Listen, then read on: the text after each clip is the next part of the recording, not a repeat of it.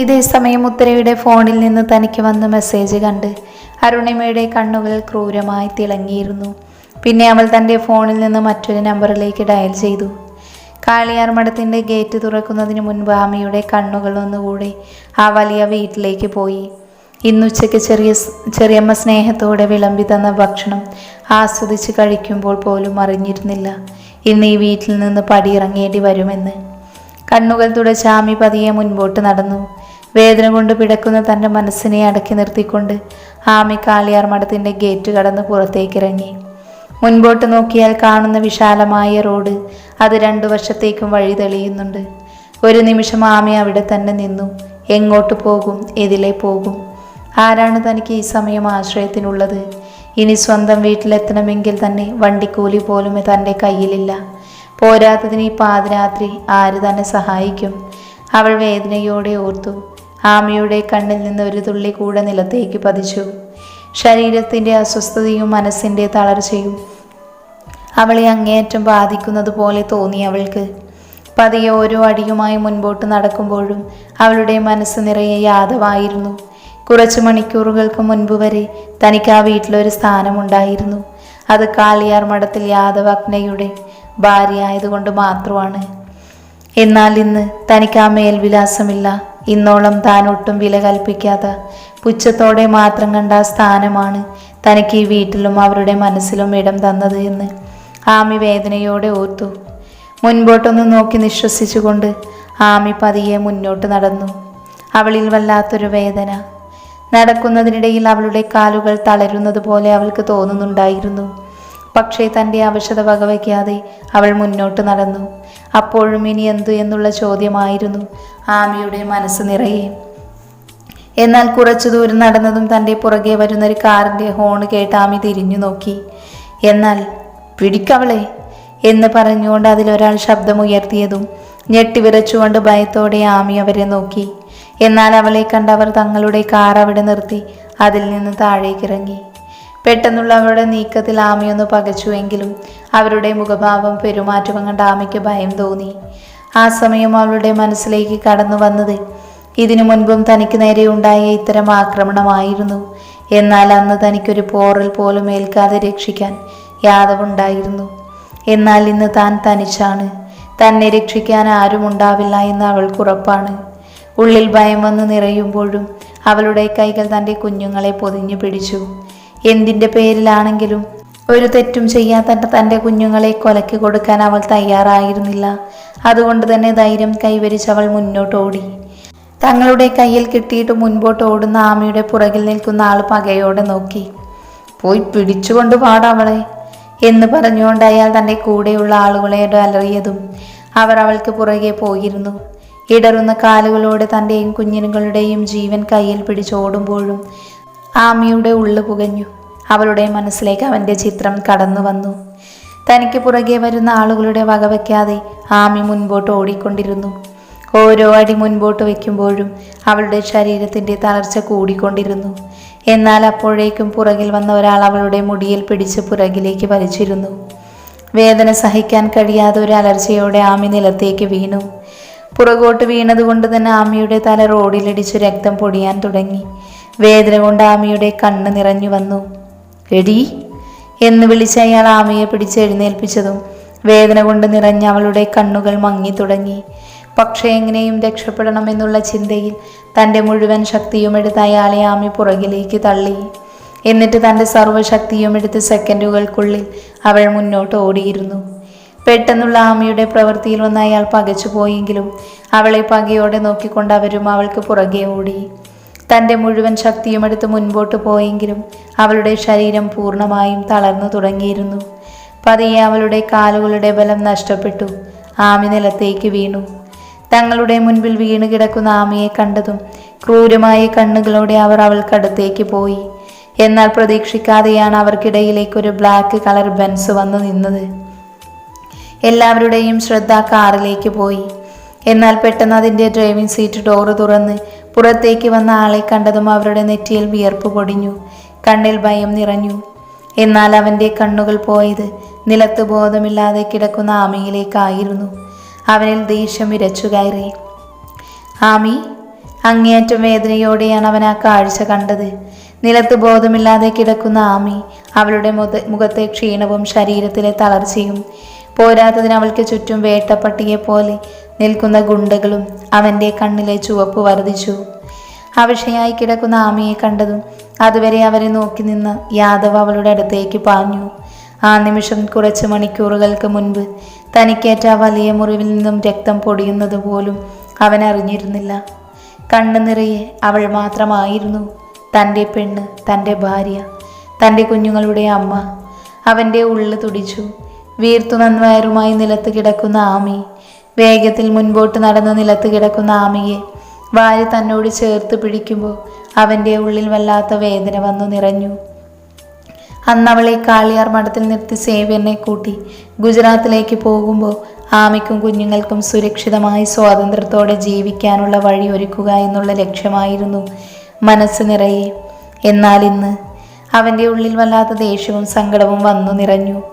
ആമി, പതിയെ അവളുടെ കവിളിൽ ചേർത്ത് വിളിക്കുമ്പോൾ അവൻ്റെ ശബ്ദം വർഷങ്ങൾക്ക് ശേഷം അന്നാദ്യമായി ഇടറി. അതും അവൾക്ക് വേണ്ടി, അവൻ്റെ ആമിക്ക് വേണ്ടി. എന്നിട്ടും കണ്ണു തുറക്കാത്തവളെ നിറഞ്ഞു നിൽക്കുന്ന കണ്ണുകളോടെ നോക്കുമ്പോൾ അവൻ്റെ ഹൃദയത്തിൽ 1000 പ്രഹരം ഒന്നിച്ചേറ്റതുപോലെ തോന്നി അവന്. ആമി, വേദനയും സങ്കടവും നിറച്ചു ഒന്നുകൂടെ അവളുടെ കവളിൽ തട്ടി വിളിച്ചതും ആയാസപ്പെട്ട് കണ്ണു തുറക്കാൻ ശ്രമിക്കുന്നവളെ കണ്ടതും അതുവരെ വലഞ്ഞു മുറുകിയവൻ്റെ മുഖം പതിയെ തെളിഞ്ഞു. അവിടെ ആശ്വാസം നിറഞ്ഞു. എന്നാൽ അപ്പോഴും ആമിക്കൊന്നും വ്യക്തമായിരുന്നില്ല. കണ്ണു തുറക്കാൻ കഴിയാത്തതുകൊണ്ട് തന്നെ ആരുടെയോ ശബ്ദം മാത്രമാണ് അവൾ കേട്ടത്. മറ്റൊന്നും ചിന്തിക്കാതെ അവളെ കോരിയെടുത്ത് കാറിലേക്ക് നടക്കുന്നതിന് മുൻപ് അവനൊന്ന് നിന്നു. പിന്നെ അപ്പോഴും അവനെ നോക്കി ഭയത്തിൽ വിറച്ചു നിൽക്കുന്നവരെ നോക്കിക്കൊണ്ട് പറഞ്ഞു, ഇന്നത്തെ ഒരു രാത്രി സമയം തരാം. എവിടെ വേണമെങ്കിലും ഓടി ഒളിച്ചു. പക്ഷേ നാളെ നിങ്ങളെ ഞാൻ കണ്ടെത്തിയിരിക്കും. അത്രയും പറഞ്ഞ് തിരിഞ്ഞു നോക്കാതെ അവൻ ആമിയെടുത്ത് കാറിലേക്ക് കയറി. അവൻ്റെ മുഖത്ത് വർദ്ധിച്ച ദേഷ്യവും ചുവന്ന മുറുകിയ കണ്ണുകളും വല്ലാത്തൊരു അസുരഭാവവും കണ്ടു ഭയന്ന് വിറച്ചു നിൽക്കുകയാണവർ. നാളെ തങ്ങളുടെ അവസ്ഥ എന്തായിരിക്കുമെന്ന് അവർക്ക് നന്നായി അറിയാം. കാരണം കളിച്ചത് കാളിയാർ മഠത്തിലെ യാദവ് അഗ്നയോടാണ്. പകയോടെ പറയുന്നതിനോടൊപ്പം അഗ്നി എരിയുന്ന കണ്ണുകളുമായി അവൻ അവരെ ഒന്ന് നോക്കി അവിടെ നിന്നിരുന്ന 4 പേരും അവൻ്റെ ആ നോട്ടത്തിൽ തന്നെ ഭയന്നു വിറച്ചു. ഞങ്ങൾ മുൻപിൽ കാണുന്നവൻ്റെ നാവ് ഉയർത്തി സംസാരിക്കാൻ പോലും കഴിയാതെ അയാൾ ഭയന്നു വിറച്ചു. അവരുടെ ഉള്ളിൽ അപായമണി മുഴങ്ങി. ഏറ്റുമുട്ടിയത് ഏവയ്യോടാണ് എന്നറിഞ്ഞിരുന്നെങ്കിൽ ഒരിക്കലും ഇതിനിറങ്ങി പുറപ്പെടില്ലായിരുന്നു. കാരണം ആ പേരിനോട് പോലും എല്ലാവർക്കും ഭയമാണ്. എന്നിട്ടും ഒന്നും അന്വേഷിക്കാതെ എടുത്തുചാടി വരാൻ തോന്നിയ നിമിഷത്തെ അവർ ശപിച്ചുകൊണ്ടിരുന്നു. എന്നാൽ അവരെ നോക്കുക കൂടി ചെയ്യാതെ അവൻ ആമിയെ പുറകിലെ സീറ്റിലേക്ക് കിടത്തി.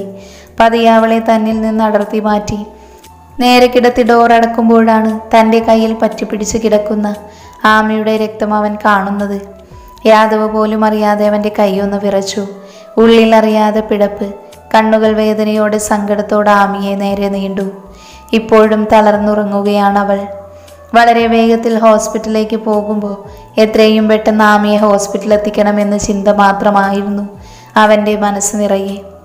ഡ്രൈവിങ്ങിനിടയിൽ ഇടയ്ക്ക് യാദവ് ബോധമറ്റ് കിടക്കുന്ന ആമിയെ നോക്കുന്നുണ്ട്. അവൾ അപ്പോഴും ഉണർന്നില്ല. യാദവിൻ്റെ മനസ്സിൽ ടെൻഷൻ കൂടിക്കൊണ്ടിരിക്കുവാണ്. യാദവിൻ്റെ കാർ ഹോസ്പിറ്റലിന് മുൻപിൽ നിന്നതും പതയോ പോലെ ഒരു സ്ട്രക്ചർ പോലും കാക്കാതെ അവൻ ആമിയെ എടുത്ത് മുൻപോട്ട് പോയി. ആമിയെ ഐസുവിലേക്ക് കയറ്റി പുറത്തെ ചെയറിലിരിക്കുമ്പോൾ അവൻ്റെ ബ്ലാക്ക് കളർ കോട്ടിനടുത്ത് അകത്തുള്ള പ്യുവർ വൈറ്റ് കളർ ഷർട്ടിൽ പടരുന്ന രക്തക്കറയുടെ അളവ് കൂടിക്കൊണ്ടിരുന്നു.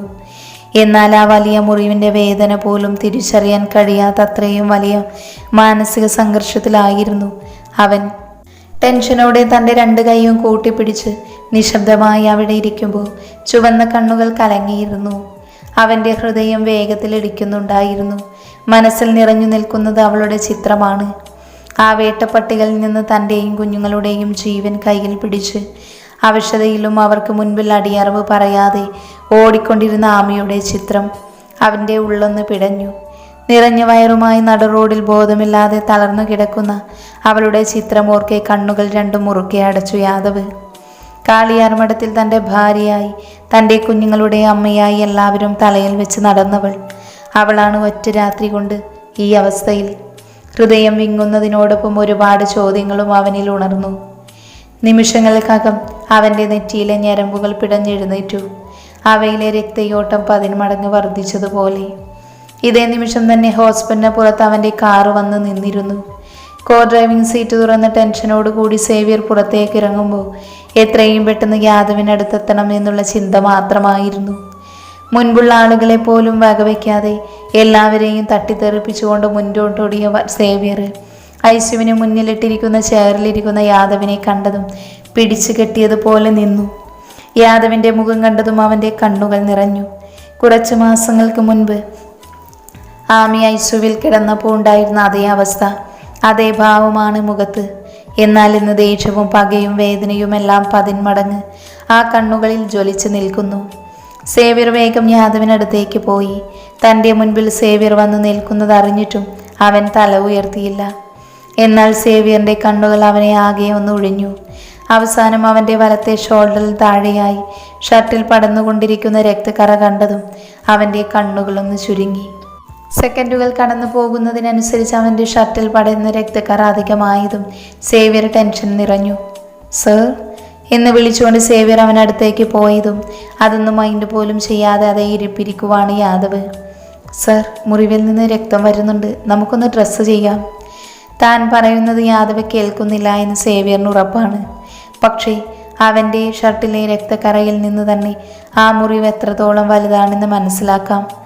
സേവ്യർ പറയുന്നത് യാദവ് കേട്ടു എങ്കിലും ഒന്നും പറയാതെ അവിടെ തന്നെ ഇരുന്നു. എന്നാൽ അവൻ്റെ പ്രതികരണമൊന്നുമില്ലാതായതും അവൻ യാദവിനെ ഒന്നുകൂടെ വിളിച്ചു. സർ. എന്നാൽ അതിന് സേവ്യറിനെ രൂക്ഷമായി ഒന്ന് നോക്കുക മാത്രം ചെയ്തിരുന്നു അവൻ. യാദവിൻ്റെ വലിഞ്ഞു മുറുകിയ മുഖവും ദേഷ്യം കൊണ്ട് ചുവന്ന കണ്ണുകളും കാണി ഒന്ന് ഉമിനീരിറക്കി സേവ്യർ പിന്നെ വേഗം തല താഴ്ത്തി നിന്നു. കുറച്ചു നേരത്തിനു ശേഷം പതിയെ ഐസുവിൻ്റെ കതക് തുറന്ന് അതിനകത്ത് നിന്ന് ഡോക്ടർ പുറത്തേക്ക് വന്നു. ടെൻഷനോടെ ചെയറിൽ നിന്ന് യാദവ് പെട്ടെന്ന് എഴുന്നേറ്റ് ഡോക്ടറുടെ അടുത്തേക്ക് പോയി. ഡോക്ടർ, ആമിക്ക്? ടെൻഷനോടെ തൻ്റെ മുൻപിൽ നിൽക്കുന്ന ആളെ എലിസബത്ത് ഡോക്ടർ ശരിക്കുമൊന്ന് നോക്കി. സ്യൂട്ടാണ് വേഷം. ഒറ്റ നോട്ടത്തിൽ തന്നെ ഒരു എടുപ്പുണ്ട്. വളരെ റിച്ചായ എന്നാൽ റൂഡായ ലുക്ക്. അവൻ്റെ ആരെയും ആകർഷിക്കുന്ന കണ്ണുകൾ ഇന്ന് സങ്കടം കൊണ്ടും ടെൻഷൻ കൊണ്ടും പേടി കൊണ്ടും ചുവന്ന് നിറഞ്ഞു നിൽക്കുന്നു. ഭംഗിയായി ഒതുക്കി വെച്ചിരിക്കുന്ന മുടിയിഴകൾ വിയർപ്പിൽ കുതിർന്ന് മുന്നിലേക്ക് വീണ് കിടപ്പുണ്ട്. കുറച്ചു മാസങ്ങൾക്ക് മുൻപ് താൻ കണ്ട യാദവാഗ്നയെ ആർക്കു മുൻപിലും പതറാത്ത, ആർക്കും അടിയവർ പറയാത്ത, ആരെയും വിലവെക്കാത്ത, ആർക്കും തൻ്റെ ഹൃദയത്തിലും ജീവിതത്തിലും സ്ഥാനം കൊടുക്കാത്ത ഒരു രാവണൻ ഇപ്പൊ തൻ്റെ മുൻപിലുള്ളത് ആമിയുടെ ഭർത്താവാണ്, ആ കുഞ്ഞുങ്ങളുടെ അച്ഛനാണ് എന്ന് ഡോക്ടറിന് പൂർണ്ണമായി ബോധ്യമുണ്ടായി. ഡോക്ടർ! ഇതുവരെ ഒന്നും പറയാതെ തന്നെ നോക്കി നിൽക്കുന്ന ഡോക്ടറെ കാണുമ്പോൾ യാദവിൻ്റെ ഉള്ളിൽ ദേഷ്യം വന്ന് നിറഞ്ഞിരുന്നു. ആ ദേഷ്യത്തോടെ തന്നെയാണ് അവൻ വിളിച്ചതും. അവൻ്റെ ശബ്ദം കേട്ടതും ഡോക്ടർ എലിസബത്ത് അവനെ നോക്കി സംസാരിച്ചു തുടങ്ങി. സർ, ഇവിടെ കൊണ്ടുവന്നപ്പോൾ കുറച്ച് ക്രിട്ടിക്കലായിരുന്നു. ഇപ്പോൾ പേടിക്കാനൊന്നുമില്ല, നന്നായി ഭയന്നിട്ടുണ്ട്. അതുകൊണ്ടാണ് BP ഹൈ ആയത്. പിന്നെ തലയുടെ പുറകിൽ ചെറിയൊരു മുറിവുണ്ട്, സ്റ്റിച്ചൊന്നുമില്ല. ബട്ട് മാഡത്തിൻ്റെ ബോഡിയിലെ BP വേരിയേഷൻ ഇതേ അവസ്ഥയിൽ തുടരുന്നതും മാഡത്തിനും കുഞ്ഞുങ്ങൾക്കും നല്ലതിനല്ല. നേരത്തെ ഒരു പ്രാവശ്യം ബ്ലീഡിങ് ഉണ്ടായതാണ്. അതുകൊണ്ട് ഇനിയൊരു പ്രാവശ്യം കൂടെ അങ്ങനെ ആവാതെ നോക്കണം. നാളെ മോർണിംഗ് മുറിയിലേക്ക് ഷിഫ്റ്റ് ചെയ്യാം. ഡോക്ടർ പറഞ്ഞത് കേട്ടപ്പോഴാണ് സത്യത്തിൽ യാദവിന് ശ്വാസം നേരെ വീണത്. ഓരോ നിമിഷവും ആമിക്കോ കുഞ്ഞുങ്ങൾക്കോ എന്തെങ്കിലും പറ്റുമോ എന്നുള്ള ടെൻഷനായിരുന്നു അവന്. എനിക്കൊന്ന് കാണണം, അവരെ നോക്കി ശാന്തമായി അവൻ പറഞ്ഞതും. എങ്കിലും ആ വാക്കുകളിൽ പതിവ് ഗൗരവത്തോടൊപ്പം ഒരു ആജ്ഞയും ഉണ്ടായിരുന്നു. അത് സർ. പറയാൻ അല്പം അടിച്ചുകൊണ്ട് ഡോക്ടർ യാദവിൻ്റെ രക്തം പടർന്നു കിടക്കുന്ന ഷർട്ടിലേക്ക് നോക്കി. അത് കണ്ട ഉടനെ സേവ്യർ അവൻക്ക് മുൻപിൽ വന്നു നിന്നു. ശരി ഡോക്ടർ, സാർ ഫ്രഷ് ആയതിനു ശേഷം മുറിവ് ഡ്രസ്സ് ചെയ്തിട്ടേ ആമയെ കണ്ടോളൂ. ഓക്കെ സർ എന്ന് പറഞ്ഞുകൊണ്ട് ഡോക്ടർ മുൻപോട്ട് പോയി. അതേസമയം അടഞ്ഞു കിടക്കുന്ന ഐസുവിൻ്റെ ഡോറിലേക്കൊന്ന് നോക്കിയതിനു ശേഷം യാദവ് അവിടെ നിന്ന് പുറത്തേക്ക് നടന്നു. പുറകെ സേവ്യറും. അപ്പോഴാണ് വിയർപ്പിൽ കുതിർന്ന് അങ്ങോട്ട് വന്ന ജിതനെയും അർജുനെയും യദു കാണുന്നത്. അവൻ്റെ മുഖം വലിഞ്ഞു മുറുകി, കണ്ണുകൾ ചുവന്നു. ഓടിപ്പിടിച്ച് തൻ്റെ മുൻപിൽ വീണ ആമിയുടെ ചിത്രം അവൻ്റെ മനസ്സിലേക്ക് വന്നു. കണ്ണുകളടച്ച് അവൻ ദേഷ്യം നിയന്ത്രിച്ചു. അപ്പോഴും അവനെ നോക്കാൻ കഴിയാതെ നിൽക്കുവാണ് അവർ രണ്ടുപേരും. അവരെ ഒന്ന് നോക്കുക പോലും ചെയ്യാതെ യദു മുൻപോട്ട് നടന്നു. മോനെ യദു. വിറയിലൂടെയുള്ള ചെറിയച്ഛൻ്റെ ശബ്ദം കേട്ടതും പിടിച്ചു കെട്ടിയതുപോലെ അവനൊന്ന് നിന്നു. പിന്നെ പതിയെ തല ഉയർത്തി നോക്കി. ചുവന്നു നിറഞ്ഞ കണ്ണുകളും ക്ഷീണിച്ച മുഖവുമായി നിൽക്കുന്ന ചെറിയച്ഛൻ്റെ ചിത്രം അവനെ ചെറുതായി സ്വാധീനിച്ചു. ആമി മോൾക്ക്? അല്പമടിച്ചാണ് അദ്ദേഹം അത് ചോദിച്ചത്. യദുവിൻ്റെ മുഖത്ത് പോലും നോക്കാനുള്ള ധൈര്യമില്ലെങ്കിലും ആമിയുടെ അവസ്ഥ എന്താണെന്ന് അറിയാതെ കാളിയാർ മഠത്തിൽ ഇനി ആർക്കും ഒന്ന് കണ്ണടക്കാൻ പോലും കഴിയില്ല എന്നാൽ അയാൾക്കറിയാം. എന്നാൽ അതിന് ചെറിയച്ഛനെ ഒന്ന് രൂക്ഷമായി നോക്കി യാദവ്. എന്നിട്ട് പറഞ്ഞു, മരിച്ചിട്ടില്ല. എടുത്തടിച്ചതുപോലെയുള്ള അവൻ്റെ സംസാരം ചെറിയച്ഛൻ്റെ ഹൃദയത്തിലായിരുന്നു വന്ന് കൊണ്ടത്. അദ്ദേഹത്തിൻ്റെ കണ്ണുകൾ നിറഞ്ഞു. ഇതു ഞാൻ. അദ്ദേഹം മുഖത്തേക്ക് നോക്കാൻ പോലും കഴിയാതെ തല താഴ്ത്തി.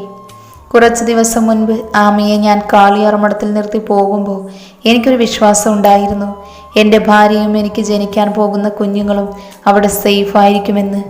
എന്നാൽ ഞാനില്ലാത്ത അയാൾ തീരുന്ന സ്നേഹവും പരിഗണനയും മാത്രമേ കാളിയാർ മഠത്തിലുള്ളവർക്ക് എൻ്റെ ഭാര്യയോടും കുഞ്ഞുങ്ങളോടും ഉണ്ടായിരുന്നുള്ളൂ എന്ന് എനിക്കിന്ന് മനസ്സിലായി.